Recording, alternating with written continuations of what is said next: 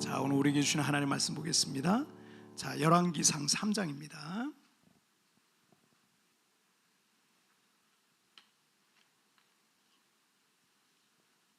열왕기상 3장 3절부터 10절까지의 말씀, 구약성경 515페이지입니다. 자, 열왕기상 3장 3절부터 10절까지의 말씀 한 절씩 교독할 때 제가 3장 3절 말씀 먼저 봉독해 올리겠습니다.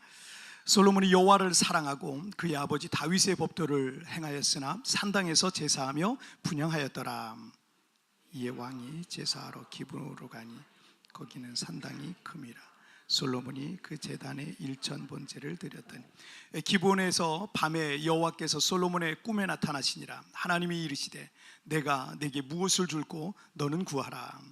솔로몬이 이르되 주의 종 내 아버지 다윗이 성실과 공의와 정직한 마음으로 주와 함께 주 앞에서 행함으로 주께서 그에게 큰 은혜를 베푸셨고 주께서 또 그를 위하여 이 큰 은혜를 항상 주사 오늘과 같이 그의 자리에 앉을 아들을 그에게 주셨나이다.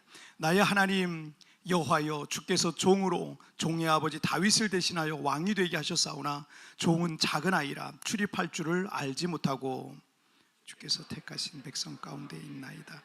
그들은 큰 백성이라 수요가 많아서 셀 수도 없고 기록할 수도 없사오나 누가 주의 이 많은 백성을 재판할 수 있사오리이까. 듣는 마음을 종에게 주사 주의 백성을 재판하여 선악을 분별하게 하옵소서. 솔로몬이 이것을 구하매 그 말씀이 주의 마음에 든지라. 아멘. 자, 오늘 말씀 제목 읽을까요? 시작. 솔로몬은 어떻게 지혜를 얻었나. 다시 한번 시작. 솔로몬은 어떻게 지혜를 얻었나. 크리스찬과 이 불신자를 가리지 않고 솔로몬이라는 사람은 역사상 가장 지혜로운 왕으로 알려진 사람입니다. 제가 처음 교회 다닐 때 집사님들이나 제가 이제 학생 때잖아요. 19살 때 집사님들이나 우리 권사님들을 통해서 지혜를 얻고 싶으면 솔로몬이 쓴 잠언을 꼭 읽어라 이런 얘기를 하시는 거예요. 지혜를 얻고 싶으면 잠언서 말씀을 꼭 읽어라 이렇게 그런 말씀을 하셨는데, 그래서 제가 나중에 잠언서를 이제 읽어보니까 정말 우리가 살아가는 인생에 있어서 도움이 될 만한 너무 귀한 말씀들이 정말 많이 있는 거예요. 인생을 살아가면서 내가 무엇이 옳은지 무엇이 그른지 이걸 분별하기가 참 어렵잖아요. 이런 비밀들이 거기 있더라고요. 무엇이 옳은지 그른지를 어떻게 분별하는지, 다가올 재앙을 어떻게 우리가 피할 수 있는지, 또 인간관계는 어떻게 해야 되는지, 어떻게 해야 돈을 많이 벌 수 있는지, 자녀 교육은 또 어떻게 해야 되는지, 가정생활은 어떻게 해야 되는지, 또 어떻게 건강하게 살 수 있는지, 어떻게 지식과 지혜를 얻을 수 있는지와 같은 이런 정말 우리가 궁금해하고, 인생을 살면서 우리 인생의 매뉴얼이라는 게 없잖아요. 근데 인생을 살면서 우리가 꼭 필요한 그 지혜들, 그 매뉴얼들이 이 잠언서에 다 기록이 돼 있어요. 그래서 누구든 이 잠언서의 구절을 그냥 한 절씩만, 매일 한 절씩만 그냥 암송해도 되고, 매일 한 절씩만 이거를 좀 묵상하면서, 그리고 그 말씀이 기록된 대로 적용을 하고 실천하면서 살아간다면 그는 어느 누구보다 지혜로운 인생을 살 수 있게 될 것입니다. 제가 확 원하는데 정말 그렇게 한번 해보세요. 매일 한 구절이라도 좋아요. 매일 한 구절은 돼요. 그러니까 그렇게 한번 좀 하면 좋을 것 같아요. 그렇다면 이 솔로몬은 역사상 이 전무후무한 놀라운 지혜를 어떻게 얻었을까? 이 잠언서를 기록한 솔로몬은 이 놀라운 지혜를 어떻게 얻을 수 있었을까요? 오늘 본문을 통해서 그가 하나님께로부터 큰 지혜를 얻게 된 두 가지 비밀을 우리가 여러분과 좀 나누려고 그래요. 자, 우리 첫 번째 주제 한번 보실까요? 시작. 전적 헌신. 다시 한번 시작. 전적 헌신. 자, 위대한 성군이었던 이 아버지 다윗 왕을 이어서 어린 나이에 왕위에 오른 이 솔로몬은 다윗의 그 유언에 따라서 왕국의 잠재적 위협 요소들을 제거하게 됩니다. 그리고 왕권의 안정을 가져오게 됩니다. 자, 열왕기상 3장 4절 말씀을 보실게요. 시작. 이에 왕이 제사하러 기브온으로 가니 거기는 산당이 큼이라. 솔로몬이 그 제단에 1,000번제를 드렸더니. 자, 오래전 이스라엘 백성들이 출애굽한 뒤에 이 광야 생활한 지 한 1년 정도 되었을 때 여호와의 성막과 법궤라는 것, 하나님의 법궤라는 것을 지었어요. 자, 그리고 그들은 어디를 가든 그 성막과 법궤를 중심으로 진을 쳤습니다. 그리고 이 가나안 땅에 이제 40년 뒤에 가나안 땅에 들어오죠. 이 가나안 땅에 들어와서 성막과 이 법궤가 첫 번째로 세워졌던 곳이 어디냐면 에브라임 땅의 실로라는 곳이에요. 실로, 첫 번째. 자, 실로라는 곳에 그 성막이 가나안 땅에 세워졌어요. 하지만 사사 시대 때 블레셋 족속과의 전쟁에서 법궤를 뺏깁니다. 그리고 성막은 다 회파가 되게 돼요. 그래서 다시 이제 제사장들이 그거를 이제 그 회파된 거를 다 끌고 모아가지고 어디로 가냐면 놉이라는 지역으로 가요. 놉은 어디냐면 제사장들과 레위 지파 사람들이 많이 살고 있었던 그런 마을이었습니다. 제사장 마을이라고도 불렸어요. 하지만 청년 이 다윗을 향한 질투로 인한 광기의 이 사울 왕은요, 그 놉 땅에 있었던 제사장이 다윗 왕에게 호의를 베풀었다, 떡을 주고 호의를 베풀었다라는 이유로 반역을 했다. 그래서 제사장 마을에 살던 제사장 85명을 다 살해합니다. 끔찍한 일이죠. 그 제사장들만 살해할 뿐만 아니라 그 마을의 남녀노소를 가리지 않고 제사장 마을의 제사장들의 가족들까지 모두 살해하는 끔찍한 만행을 저지르게 됩니다. 그래서 그 놉 땅에 있었던 그 이후에 이 성막은요, 예루살렘 북쪽으로 한 12km 정도 떨어져 있고, 예루살렘도 높은 산이잖아요. 근데 이 예루살렘보다 더 높은 산인 해발 890m의 기브온이라는 곳에 다시 이 성막이 세워지게 돼요. 이 기브온에 성막이 있었던 때는요, 다윗 왕이 통치할 때하고 솔로몬 왕의 초기까지였습니다. 후에 예루살렘에 솔로몬 성전이 건축되기 전까지 이 성막은 기브온이라는 곳에 있었어요. 백성들은 번제단이 있던 그곳에서 하나님을 예배하고 제사를 올려드렸습니다. 자, 이게 이 성전이 세워지기까지의 히스토리예요. 자, 다윗 왕 때 이스라엘은 초강대국이었어요. 초강대, 지금 미국처럼 아주 초강대국이었는데 이 주변의 여러 나라들이 이스라엘에 매해마다 조공을 바칠 정도로 이 이스라엘이 강대했습니다. 심지어 여러분, 과거 찬란한 이집트 문명을 갖고 있었던 그 애굽이요, 애굽은 피라미드만 봐도 어마어마하지 않습니까? 그런 이집트 문명을 자랑하던 이 애굽 왕이 자신의 딸을, 솔로몬이 왕이 되자 이 자신의 딸, 공주죠, 이 공주를 솔로몬에게 왕비로 주는 정략적 결혼이라 그래요. 정략적 결혼. 왜냐하면 우리 서로 잘 지내자 이거예요. 잘 지내보자 이거예요. 그 정략적 결혼을 통해서 애굽 왕국의 안녕을 도모했던 거예요. 그러니까 그 강대한 애굽 왕이 이스라엘의 솔로몬 왕과 좋은 관계를 유지하고, 우리 서로 공격하지 말자 이런 거예요. 그런 좋은 관계를 유지하고 싶었을 정도로 이스라엘은 강대국이었어요.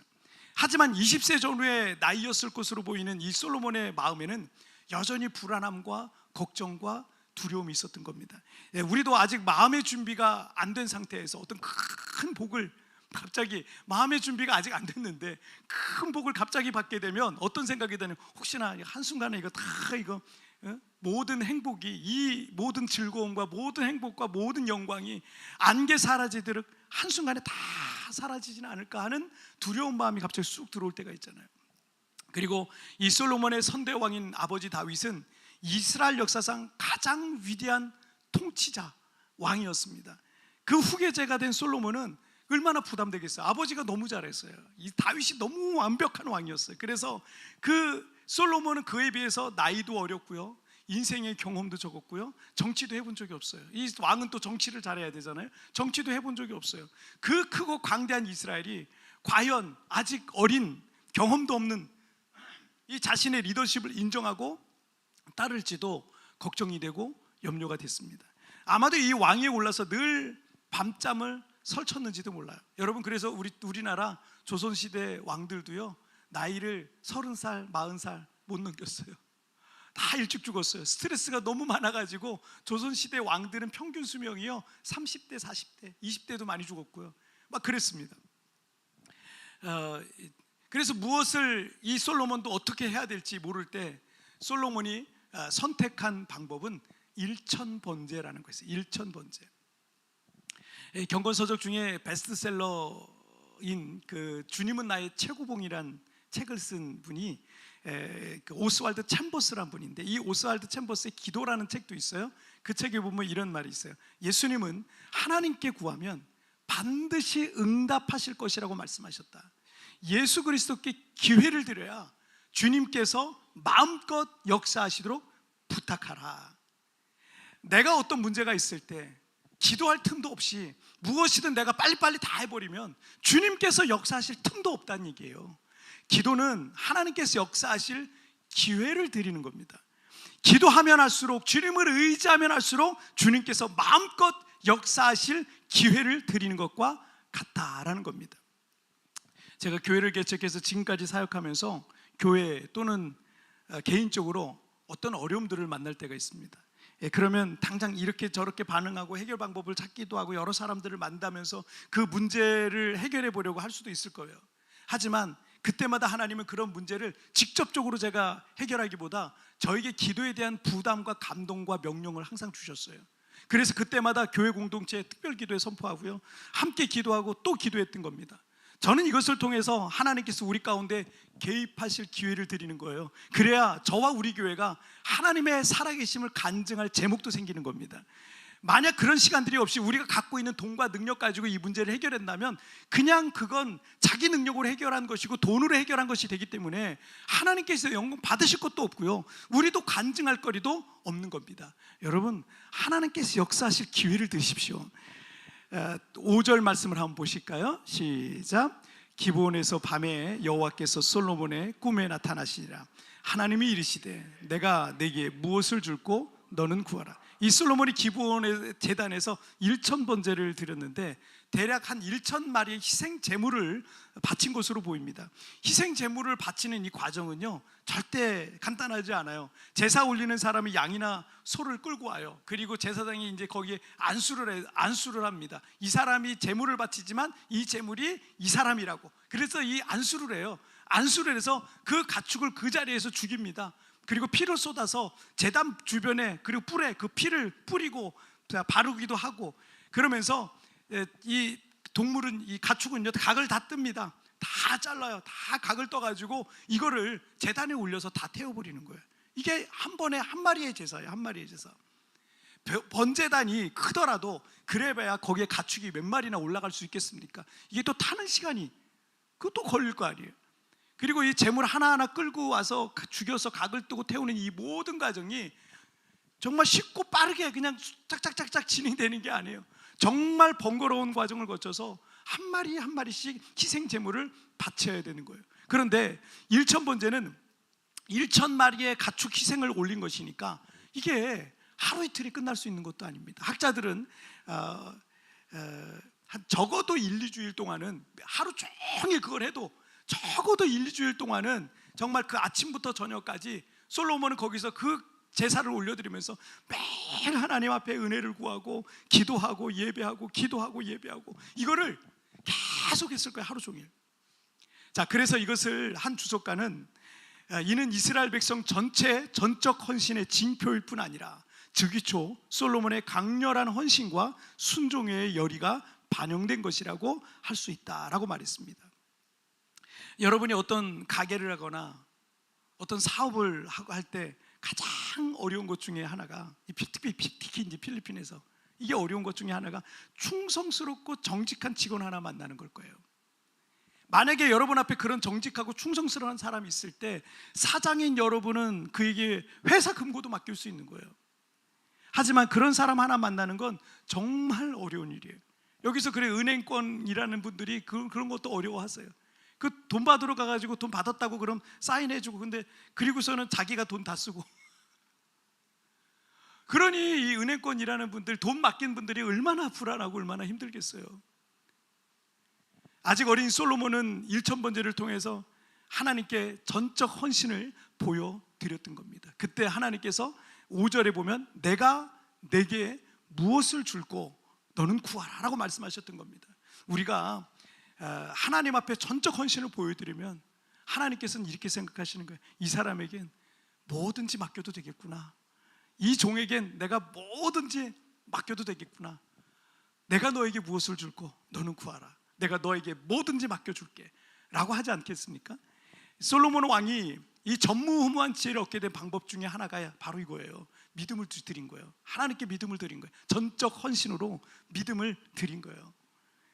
우리 교회는 작년에 갑작스럽게 성전 이전 이슈가 일어났고 발생했고, 불과 1년 전만 해도 정말 우리는 오랫동안 교회를 사용했던 이 공간을 비워주고 새로운 곳으로 교회를 이전해야 돼요. 지금 이 시간에 사실은 우리가 여기 있을 수 없었어요.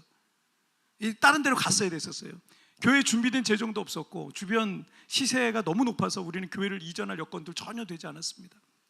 그때 하나님께서 우리에게 40일 기도를 5번 하라는 이 감동을 주셔서 지금까지 우리가 4차 기도회 끝났어요. 올해 2번 벌써 했어요. 4차 기도회가 걸쳐 진행됐고, 다 7월부터 제 5차 이제 40일 특별 기도회가 진행될 예정입니다. 그런데 그 당시 앞으로 5차에 걸쳐서 해야 될 이 40일 기도, 그 당시 첫 번째 제 1차 기도회를 이제 시작을 했어요. 그래서 1차 기도회를 딱 시작하던 첫 주에 제가 이 건물 오피스하고 연락할 일이 있었는데, 건물 바로 이제 요번에 언제 매각한다 막 이랬거든요. 근데 이 건물 매각 문제가 연기돼 가지고 1년 뒤에, 우리가 그때 이제 1년만 여기 쓸 수 있었는데 1년 뒤에 3년 추가로 계약을 연장할 수 있다는 소식을 제가 들었어요. 여러분, 40일 기도 1차 첫 번째 주입니다. 첫 번째 주에 그 얘기를 들었어요. 40일 기도를 시작했을 뿐인데 하나님께서 역사하셨던 게 느껴졌던 거예요. 할렐루야. 2024년 11월 18일부터 20일까지 2박 3일 일정으로 우리 교회에서 필리핀에서 한인교회 목회하시는 이 목사님들, 사모님들 모시고 우리 교회에서 필리핀 기도자 학교라는 큰 행사를 진행할 일이 있었습니다. 이 작은 교회에서 큰 행사를 진행해야 됐고, 또 목사님들이 필리핀 전역에서 이 지방인 세부까지 다 비행기를 타고 다 모이셔야 되는 그런 상황이었어요. 그러다 보니까 이 목회자 참석률이 떨어질 것 같고, 또 우리같이 이 작은 교회에서 그런 큰 행사를 하려다 보니까 부족함도 많을 것 같았습니다. 오시는 분들 대부분이 필리핀 전역에서, 또 이 강사와 스태프들 역시 비행기를 타고 한국에서 오셔야 됐기 때문에 행사를 제가 한다고 해놓고 이 중요한 목회자 이 세미나를 망치면 어떡하지 하는 이 불안감이 제 안에 있었어요. 그때 하나님께서 우리에게 AM, PM 40일 특별 기도에 믿음의 한계를 돌파하다, 이런 감동을 주셨어요. 그래서 아침 8시에 한 번, 저녁 8시에 한 번, 그렇게 하루에 매일 2번씩 특별 집회를 40일 동안 했습니다. 그 행사를 그러면서 준비했어요. 우리는 전적 헌신의 마음으로 40일 동안 아침과 저녁으로 하나님께 은혜를 구했던 겁니다. 그리고 그 기도회가 끝나고 또 필리핀 기도자 학교가 열렸고 결과는 대성공이었어요. 필리핀 한인교회 협의회 역사상 지금까지 이렇게 많은 목회자가 참석했던 그런 세미나가 없었어요. 가장 큰 은혜가 넘쳤던 세미나였습니다. 그래서 벌써 1년 7개월이나 지났는데도 다른 지역의 목사님들과 사모님들이 저 만나면 아직까지도 그때 그 은혜를 간증하고 감사하는 이 경우가 많아요. 솔로몬의 1000번제는 그가 하나님 앞에 전적 헌신과 충성의 마음을 올려드렸던 겁니다. 그런데 그때 하나님께서 내가 너에게 무엇을 줄 거라고 말씀하셨던 거예요. 모든 지혜와 능력과 권세가 하나님께로부터 오는 이 사실을 확고히 믿는 사람들은요, 다른 사람에게 손을 내미는 것이 아니라 하나님께 전적 헌신하는 것입니다. 자, 우리 두 번째 주제 보실까요? 시작. 듣는 마음. 다시 한번 시작. 듣는 마음. 이 솔로몬이 약 2주에 걸쳐서 하나님께 올려드렸던 1000번제를 마치자 그 밤에 하나님께서 솔로몬의 꿈에 나타나셨어요. 주님은 내가 너에게 무엇을 줄고 너는 구하라 라고 말씀하셨죠. 자, 그리고 7절과 8절 말씀 보실게요. 시작. 나의 하나님 여호와여, 주께서 종으로 종의 아버지 다윗을 대신하여, 종은 작은 아이라 출입할 줄을 알지 못하고 주께서 택하신 백성 가운데 있나이다. 그들은 큰 백성이라 수요가 많아서 셀 수도 없고 기록할 수도 없사오니. 자, 솔로몬은 당대 초강대국이었던 이스라엘의 왕이 되었지만 7절에서 자신을 낮추고 또 낮추어서 말하고 있는 걸 볼 수 있어요. 그래서 특별히 종이란 단어를 3번이나 계속 반복하고 있죠. 주께서 종으로 종의 아버지 다윗을 대신하여, 종은 작은 아이라. 이 강대국인 이스라엘의 절대 군주였음에도 불구하고 그는 자신을 종이라고, 하나님의 종이라고, 주님의 종이라고, 노예라고 고백을 하고 있는 거예요. 그리고 7절 하반절에서는 종은 작은 아이라 출입할 줄을 알지 못하고 라는 표현을 하죠. 어린아이들이 부모의 지도가 없이는 앞뒤 분별을 못하는 상태, 그거를 말하는 거예요. 어린아이들이 전적으로 부모에게 의존할 수밖에 없는 것처럼 솔로몬은 자신은 전적으로 하나님만 의지할 수밖에 없는 어린아이와 같다라고 말하고 있는 겁니다. 자, 야고보서 4장 6절 말씀 읽어보실까요? 시작. 그러나 더욱 큰 은혜를 주시나니 그러므로 일렀으되 하나님이 교만한 자를 물리치시고 겸손한 자에게 은혜를 주신다 하였느니. 우리 사람도 교만한 사람을 좋아할 사람은 아무도 없어요. 맨날 잘난 척만 하는 사람을 좋아할 사람 아무도 없어요. 마찬가지로 하나님은 교만한 자를 싫어하십니다. 그래서 물이 높은 곳에서 낮은 곳으로 흐르듯이 하나님의 은혜는요, 낮은 곳으로 겸손한 사람에게 계속 더해지는 거예요. 계속 흘러가는 거예요. 그런데 겸손한 사람의 특징이 있어요. 자, 9절 말씀을 보실게요. 시작. 누가 주의 이 많은 백성을 재판할 수 있사오리이까? 듣는 마음을 종에게 주사 주의 백성을 재판하여 선악을 분별하게 하옵소서. 이 당시의 왕은 그 나라의 특별한 상황에서의 모든 중요한 사항들을, 정치적 사항들을 결정해야 되는 최고 통치자로서의 역할을 해야 됐었고요. 또 중요한 문제에 관한 어떤 판결을 내려야 되는 재판장의 역할도 했어요. 솔로몬은 수많은 백성의 왕으로서 또 재판관으로서 선과 악을 분별할 이 사명을 제대로 감당하기 위해서 하나님께 지혜를 구하고 있는 장면입니다. 솔로몬이 구하고 있는 그 한 가지는 듣는 마음을 종에게 주사라는 거예요. 듣는 마음을 종에게 주사. 이 겸손한 사람의 특징은요, 잘 듣는 사람이에요. 잘 듣는 사람. 늘 누군가를 가르치려고 하는 사람 있잖아요. 맨날 잔소리하고 누군가를 가르치려고 하고 이거 그렇게 안 돼, 이거 저 그렇게 안 돼. 우리 집사님들 음식 잘하시는 분들도 계실 거예요. 근데 잔소리 그냥 뭐 하시잖아요. 그리고 옆에 하다가 네가 해 이래요. 여러분 앞에서 계속 잔소리하고 누군가를 자꾸 가르치려고 하자. 그 사람 안 좋아하게 돼요. 안 좋아하게 돼. 알아도 모른 척 해야 돼. 알아도. 그래서 저도 막 들을 때 알아도 그래요? 그래요? 그렇구나. 그래. 이걸 제가 많이 해요. 알아요. 알고 있는데 그냥 모른 척 해요. 이제 여러분들이 목사님 또 모른 척 하시네, 알면서 이렇게 얘기할 텐데, 근데 진짜 모르는 것도 많고요. 하지만 여러분 그냥 잘난 척 할 필요가 없어요. 아는 척 할 필요가 없어요. 누군가를 자꾸 가르치려고 하지 마세요. 여러분 싫어해요. 그럼 우리 싫어해요. 그런 사람 싫어해요. 다른 사람의 말을 안 듣는 사람은요, 그것 자체가 그 사람을요, 자신이 얼마나 교만한 사람인지를 보여주는 거예요. 그 교만이에요. 왜 다른 사람의 말을 안 듣죠? 왜 안 들어요? 저 사람 틀렸고 내가 맞아, 이것 때문에 그런 거예요. 그 바탕에 그게 깔려 있는 거예요. 쟤는 틀렸고 내가 맞아. 그래서 안 듣는 거예요. 자, 그런데 원어인 히브리어의 이 듣는 마음은요, 레브 쇼메아라는 이 단어를 쓰고 있는데, 레브 쇼메아, 이 개역 성경에서는 이것을 지혜로운 마음으로 번역을 하고 있습니다. 지혜로운 마음.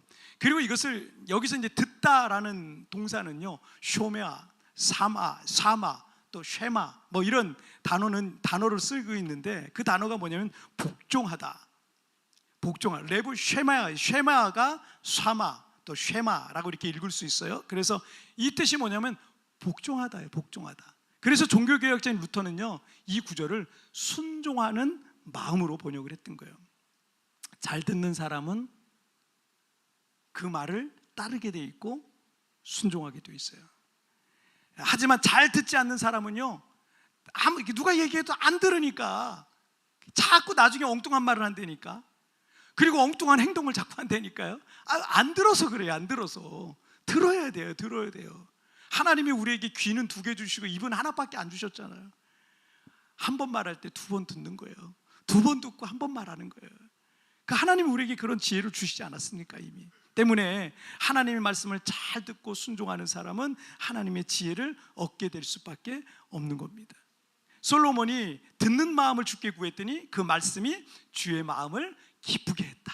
주의 마음을 기쁘게 했다 그랬어요. 그래서 여러분 11절 말씀 보실까요? 시작. 이에 하나님이 그에게 이르시되 내가 이것을 구하도다.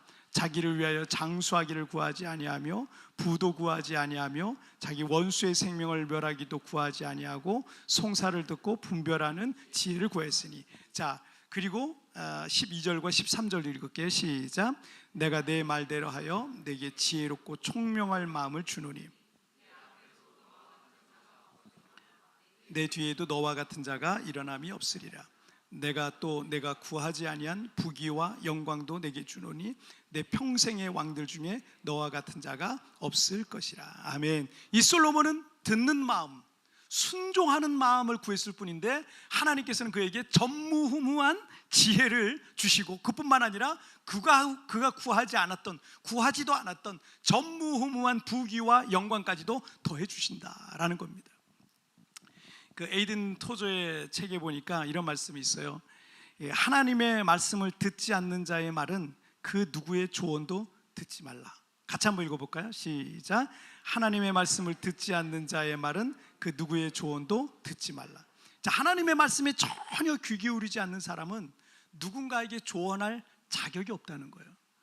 정작 자신은 변함이 없는 절대적인 진리이신 하나님의 말씀에 순종하지 않는데, 그 길로 가지 않는데, 그 말씀을 따르지 않는데, 그 말에 귀 기울이지 않는데, 이런 사람이 누군가에게 조언할 수 있겠습니까? 그 사람의 말은 진리에서 벗어났고요, 그는 틀렸어요. 그 사람의 조언은요, 생명의 길을 가르쳐 주는 게 아니라 그런 사람의 말은요, 재앙과 사망의 길로 여러분을 안내할 뿐입니다. 교회에서도 기도하지 않는 사람의 조언은 다 믿지 마세요. 목회자의 말을 따르지 않는 사람의 말 역시 다 믿지 마세요. 신실하게 봉사하고 섬기지 않는 사람의 말은 다 믿지 마세요. 누군가의 말을 들으려거든 언제나 하나님의 말씀에 귀 기울이는 그 사람의 말을 들으세요. 진실로 기도하는 사람의 말에 귀를 기울이세요. 신실하게 변함없이 주님을 섬기는 사람의 말에 귀를 기울이세요. 그리고 여러분도 솔로몬과 같이 듣는 마음으로 날마다 하나님의 말씀에 귀 기울이시길 바랍니다. 그럴 때 하나님께서 거룩한 하늘의 지혜를 주시는 줄 믿으시길 바랍니다. 자, 오늘 말씀 정리해 볼게요. 두 가지 말씀이에요. 시작. 전적 헌신, 듣는 마음. 다시 한번 시작. 전적 헌신, 듣는 마음. 솔로몬은 어떻게 지혜를 얻었나? 두 가지예요. 전적 헌신, 하나님께 전적으로 의지했어요. 전적으로 자신을 드렸어요. 전적 헌신. 그러면 하나님이 내가 너에게 무엇을 줄까? 믿음을 줬잖아요. 하나님께 믿음을 드렸잖아요. 하나님만 의지하겠다고, 하나님께로부터 지혜를 받겠다고 그 믿음을 드렸잖아요. 그랬더니 내가 너에게 뭘 줄까? 라고 말씀하시고, 그리고 듣는 마음을 구했잖아요. 순종하는 마음을 구했잖아요. 그랬더니 하나님이 다 주시는 거예요. 지혜뿐만 아니라 부귀와 영광까지도 하나님이 더해 주셨어요. 여러분, 하나님 앞에 우리가 지혜를 다 받고 싶잖아요. 우리 부모님들은 자녀들이 다 지혜롭길 바라고, 우리 학생들도 다 그런 지혜를 구할 거예요. 그러면 하나님께 여러분 믿음을 드리세요. 하나님, 저 이런 사람이에요. 이렇게 하나님 사랑하는 사람이에요. 이렇게 하나님만 의지하는 사람이에요. 그 믿음을 드리세요. 그럼 내가 너에게 무엇을 줄까? 순서는 이렇게 되는 거예요. 그리고 듣는 마음을 주세요. 순종하는 마음을 주세요. 그랬더니 하나님이 나머지도 다 주셨다라는 게 오늘 본문의 이야기입니다.